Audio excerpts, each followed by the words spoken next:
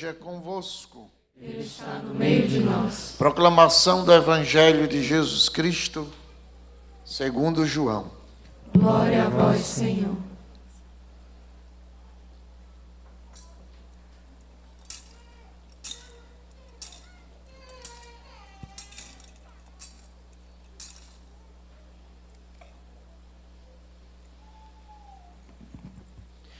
Naquele tempo, Jesus foi para o outro lado do mar da Galileia, também chamado de Tiberíades. Uma grande multidão o seguia, porque via os sinais que ele operava a favor dos doentes. Jesus subiu ao monte e sentou-se aí com os seus discípulos. Estava próxima a Páscoa, a festa dos judeus. Levantando os olhos e vendo que uma grande multidão estava vindo ao seu encontro, Jesus disse a Filipe: onde vamos comprar pão para que eles possam comer? Disse isso para pô-lo à prova, pois ele mesmo sabia muito bem o que ia fazer. Filipe respondeu: nem 200 moedas de prata bastariam para dar um pedaço de pão a cada um. Um dos discípulos, André, o irmão de Simão Pedro, disse: está aqui um menino com 5 pães de cevada e 2 peixes. Mas o que é isso para tanta gente? Jesus disse: fazei sentar as pessoas. Havia muita relva naquele lugar, e lá se sentaram aproximadamente 5.000 homens. Jesus tomou os pães, deu graças e distribuiu-os aos que estavam sentados, tanto quanto queriam. E fez o mesmo com os peixes. Quando todos ficaram satisfeitos, Jesus disse aos discípulos: recolhei os pedaços que sobraram, para que nada se perca. Recolheram os pedaços e encheram 12 cestos com as sobras dos 5 pães, deixadas pelos que haviam comido. Vendo o sinal que Jesus tinha realizado, aqueles homens exclamavam: este é verdadeiramente o profeta, aquele que devia vir ao mundo.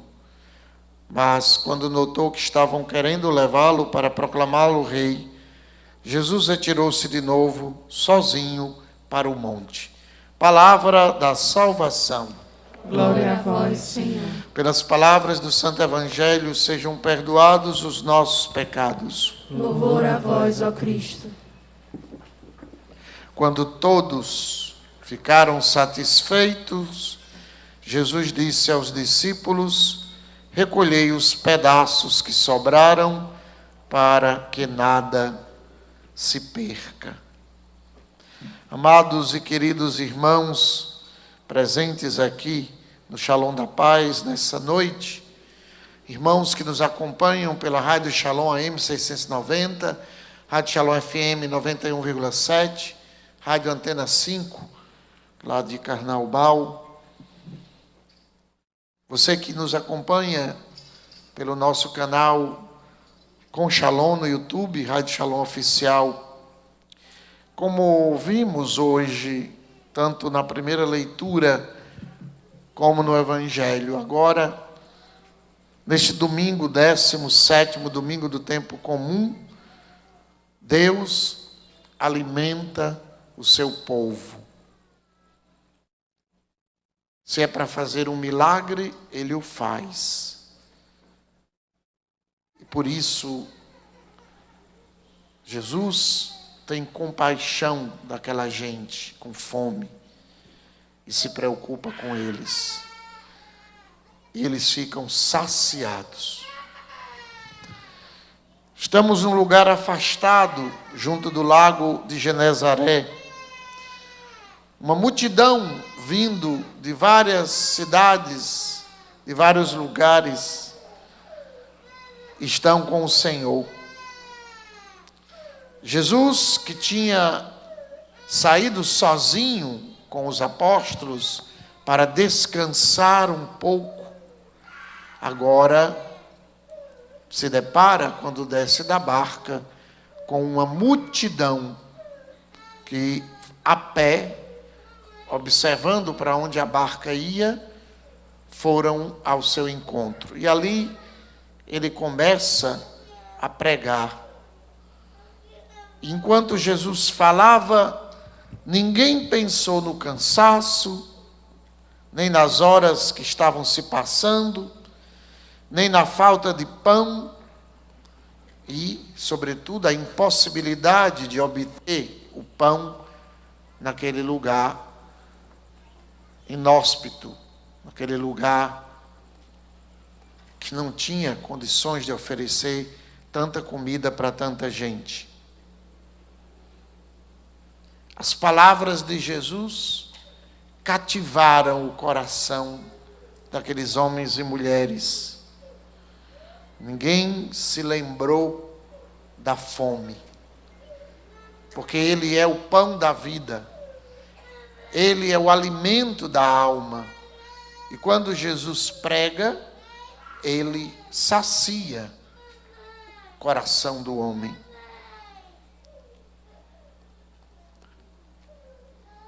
João capítulo 6, de 1 a 15.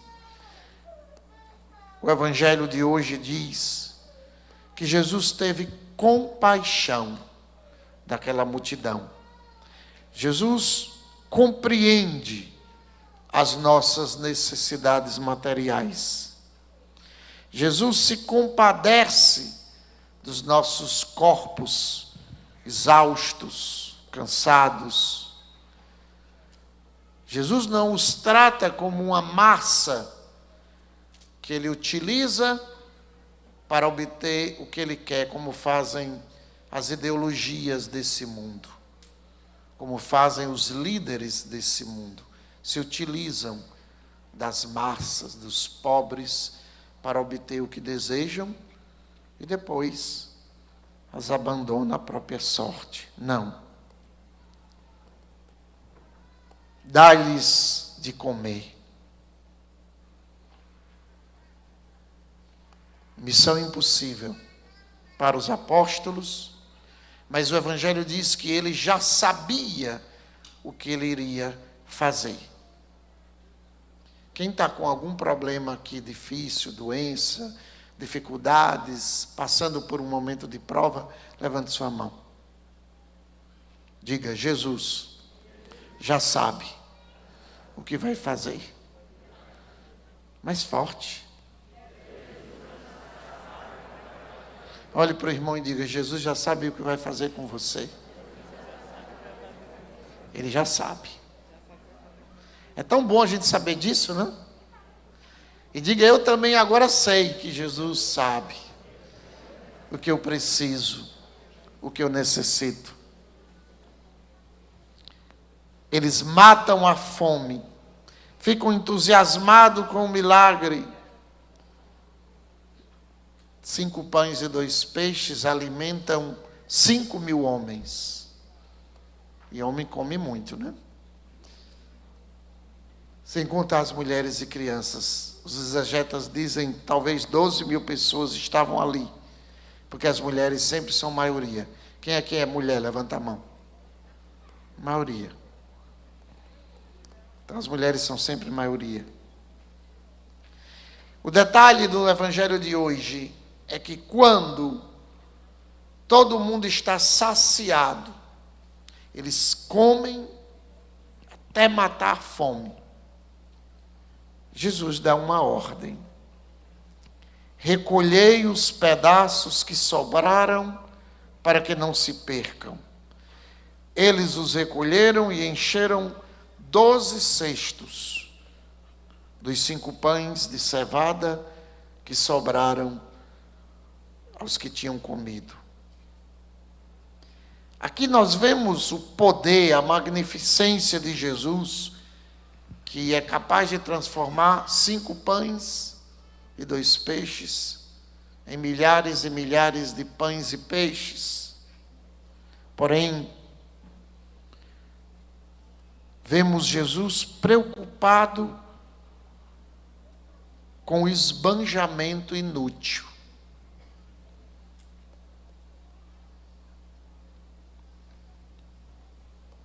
Ele está atento.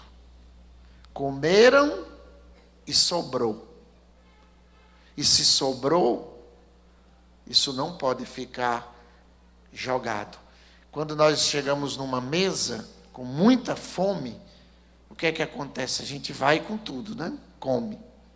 Mas depois que a gente se sacia, parece que a comida não tem mais nenhum valor. E quanta comida vai para o lixo na nossa casa, enquanto lá embaixo do prédio tem alguém morrendo de fome.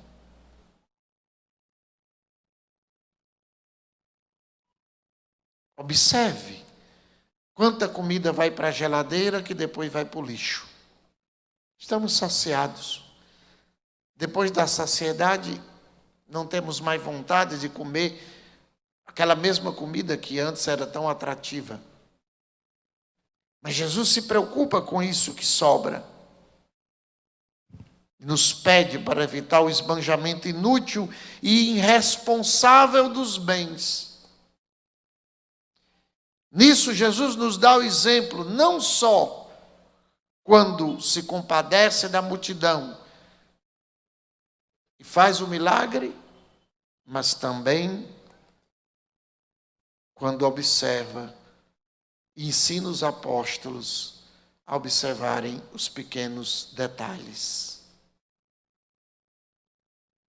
A grandeza da alma de Cristo manifesta-se tanto nos grandes milagres, prodígios, curas, como nas insignificâncias de todos os dias.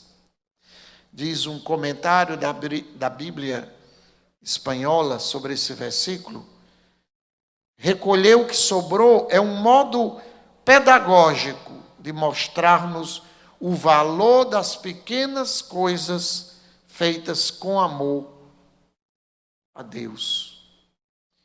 A ordem nos detalhes materiais, a limpeza, o perfeito acabamento das tarefas diárias, tudo isso indica o amor ou desamor que temos a Deus. A arrumação da casa, a limpeza e o cuidado com as nossas próprias coisas. Durante 30 anos, como sabemos, Jesus ocupou-se em coisas muito humanas. Não fez nenhum milagre. Estava lá serrando tronco de madeira, fabricando móveis, colando, pregando prego, lixando, pintando. Mas ali, na carpintaria de Nazaré, no silêncio daquele lugar, no esquecimento, Jesus estava nos salvando, redimindo a humanidade. Cristo não só nos salvou na cruz. A cruz é o momento ápice. A imitação de Cristo, o livro A Imitação de Cristo diz que toda a vida de Cristo foi cruz, cruz, cruz. Todo o seu viver na terra, quando caminhava, quando pregava, quando atendia as pessoas, quando rezava, todos os atos de Cristo são atos redentores. E o que nós somos? O que é que você é? Você está aqui nessa noite porque você é um cristão. Quando a primeira vez esse nome apareceu na história da igreja, foi exatamente porque em Antioquia se começou a observar a vida dos seguidores de Jesus e disseram: eles são os cristãos. Ou seja, nós somos outros Cristos na terra.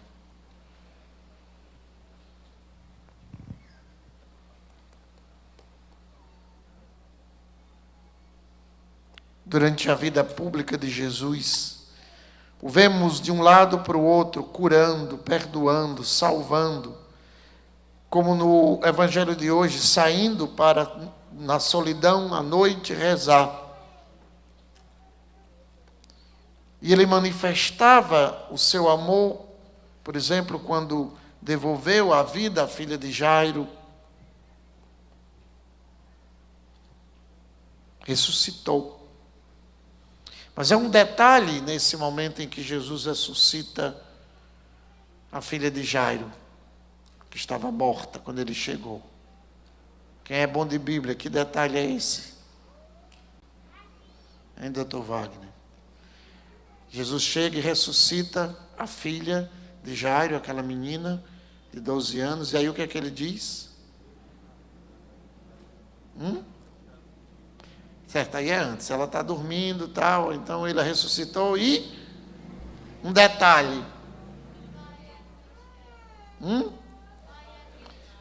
Dê comida, alimento para ela. Precisava?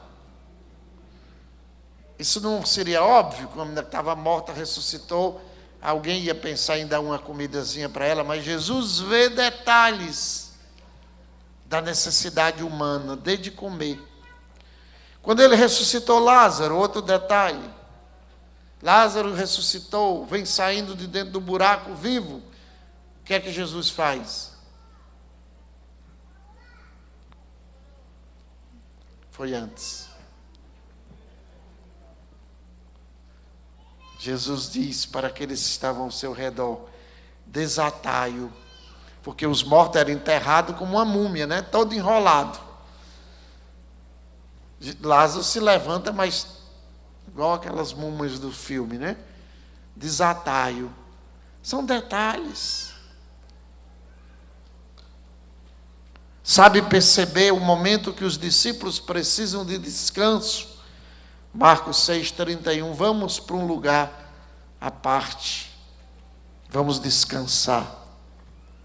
Jesus usa os seus 5 sentidos. Quem aqui tem 5 sentidos? Tem uns que perderam com a pandemia, né? Algum sentido, né? O paladar. Mas Jesus usa os 5 sentidos nas situações humanas. Interessa-se pelas pessoas e percebe a necessidade que cada um tem. E é isso que ele pede a nós. A mesma coisa. Que estejamos preocupados com as coisas dos outros. Será que o irmão está bem confortado? Será que ele comeu bem? Será que ele não precisa dessa cadeira mais do que eu? Em casa, será que minha esposa não precisa que eu vá ajudá-la a lavar os pratos? Quem é marido aqui que lava os pratos para ajudar a esposa? Levanta a mão. Pode levantar. Não tenha vergonha não. Levante com coragem, né? Você faz por livre vontade ou por livre e espontânea opressão? Quem disse que a mulher tem que lavar os pratos, além de fazer a comida? Né? Na comunidade de vida nós temos um costume. Pelo menos era assim, mudou, né, agora, né? Quem fazia a comida não lavava os pratos, né? Agora mudou, mas os outros lavavam. Recolhei os pedaços que sobraram. Parece um detalhe de pouca importância, comparado ao milagre que ele acabou de fazer. Mas ele não prescinde dos detalhes. Quantas coisas nós deixamos passar na nossa vida e na vida dos outros. Pequenos detalhes da vida. Às vezes o pai e a mãe estão tão ocupados que perdem o crescimento dos filhos. De repente o pai olha e diz: quem é esse cabra que está com vocês? Meu namorado, pai. Meu namorado. Eu cresci. Oh. Passou. O tempo passou. A nossa vida está composta de muitos detalhes pequenos, simples, poderíamos até dizer de muitos nadas. Nadas. Né? Muitos nadas. E, no entanto, é através desses nadas que se tece uma rede de atos bons que formam as virtudes na nossa vida cristã, que forjam heroicamente a santidade pessoal. Um copo d'água de Jesus, dado por amor a mim. Um copo d'água tem um valor. Todo o nosso dia está cheio de ocasiões para sermos gentis. Não sei por que se entra no elevador e se baixa a vista. Você cristão não deve baixar a vista. Entre de cabeça erguida e diga bom dia, boa tarde. Jesus te ama, meu irmão. Tudo bem? Está precisando de ajuda?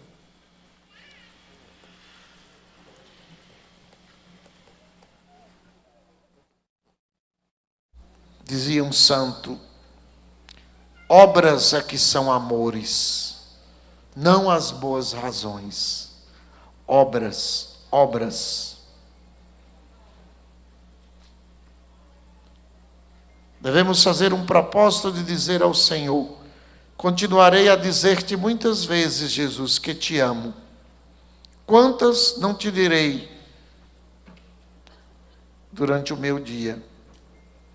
Mas, com a tua graça, será sobretudo a minha conduta. Serão as bagatelas de cada dia que com eloquência muda hão de te chamar meu amor e te mostrarão o quanto eu te amo.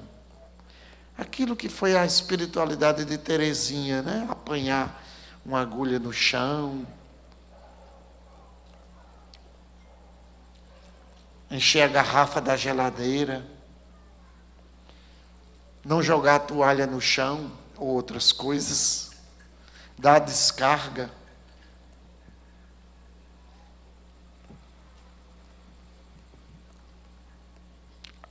Deus ama a ordem.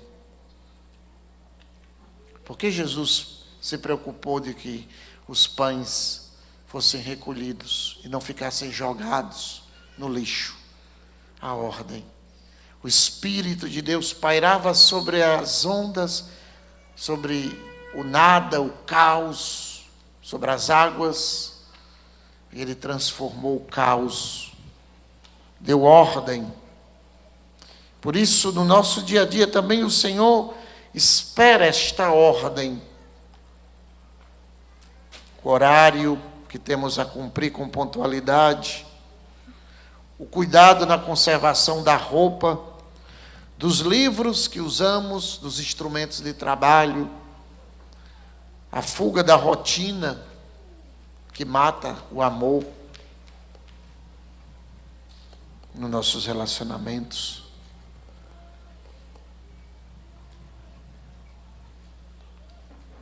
Se não vivemos assim, nessa alegria de perceber o que está ao nosso redor e amar, nossa vida se torna sem sentido.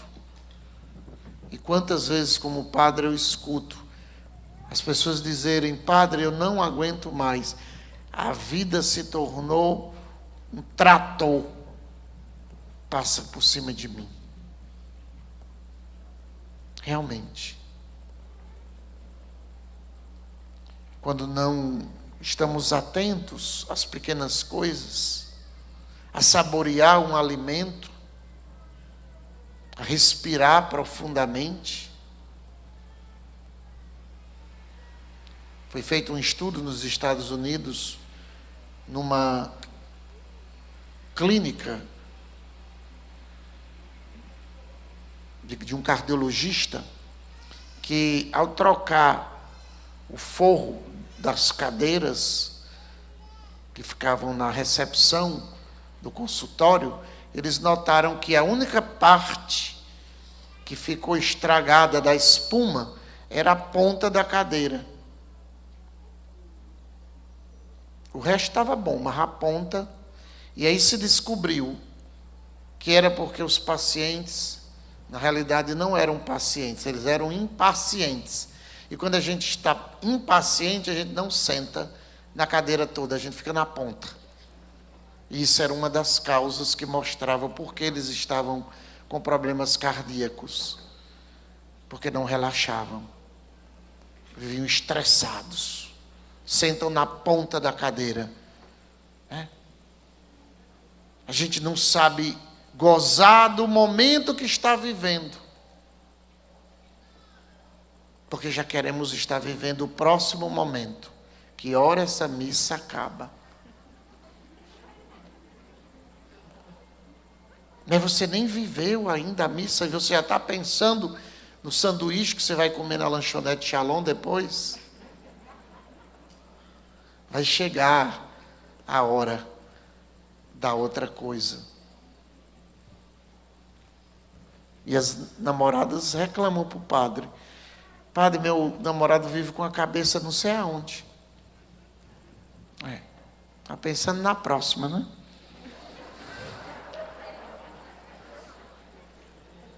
O campo das relações humanas, e aqui eu termino, é sem dúvida aquele que também é o lugar que mais devemos estar atentos nos detalhes, na relação uns com os outros, seja de amizade, de namoro, de pai, de casado, de filhos. É possível que se apresentem poucas ocasiões, ou talvez nenhuma, de salvarmos os outros com atos heróicos, expondo a vida. Veja quantas vezes na sua vida você já necessitou correr no mar e salvar alguém que está morrendo. É raro. E para isso já tem um salva-vidas. Atos heróicos que poderão salvar alguém de ser atropelado. É raro. No entanto, todos os dias temos a oportunidade de dar uma palavra amável ao amigo, à esposa, ao pai, ao vizinho, à pessoa que trabalha na nossa casa. Notarmos, ao olhar nos olhos do outro, que ele não está bem, que ele está cansado, talvez até querendo tirar a própria vida. Quantas pessoas passam por nós que precisam desse olhar atento. Pedir as coisas com amabilidade, com licença, tudo bem. Evitar conversas ou comentários que gerem inquietação no outro. E por fim, hoje o Papa dedica esse domingo aos... Quem é avô aqui ou avó? Fica de pé. Avô ou avó? Só tem vó? Não, tem avô também, estou vendo. Fique de pé, quem é avô e avó. Vamos dar uma salva de palmas para eles.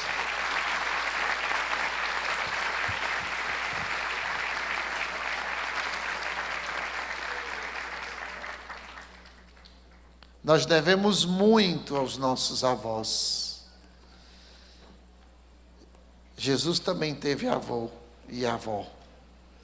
E o Papa pede que a gente dê muito valor. Você não sabe a riqueza que essa avó tem ou avô. Não é dinheiro não, gente. É experiência. É experiência. E eles estão aí para nos ajudar. Vocês já olharam que os avós são mais pacientes, são mais atentos e podem colaborar muito no dia a dia. Lugar de avô e avó é em casa, com a família, e não num asilo abandonado. É uma riqueza, disse o Papa Francisco, que eles podem nos oferecer. E o Papa oferece, inclusive, uma indulgência, né? para quem nesse dia rezar e cuidar dos avós, fazer algum gesto de amor e de carinho, para se acostumar a fazer todo dia. Deus abençoe, pela intercessão de Santa Ana e São Joaquim, a todos os avós e avós, e que nós sejamos mais atentos nas nossas famílias, a cuidar mais daqueles que cuidaram tanto de nós e que agora precisam até de alguém que pegue na mão para ir para os lugares. Louvado seja nosso Senhor Jesus Cristo.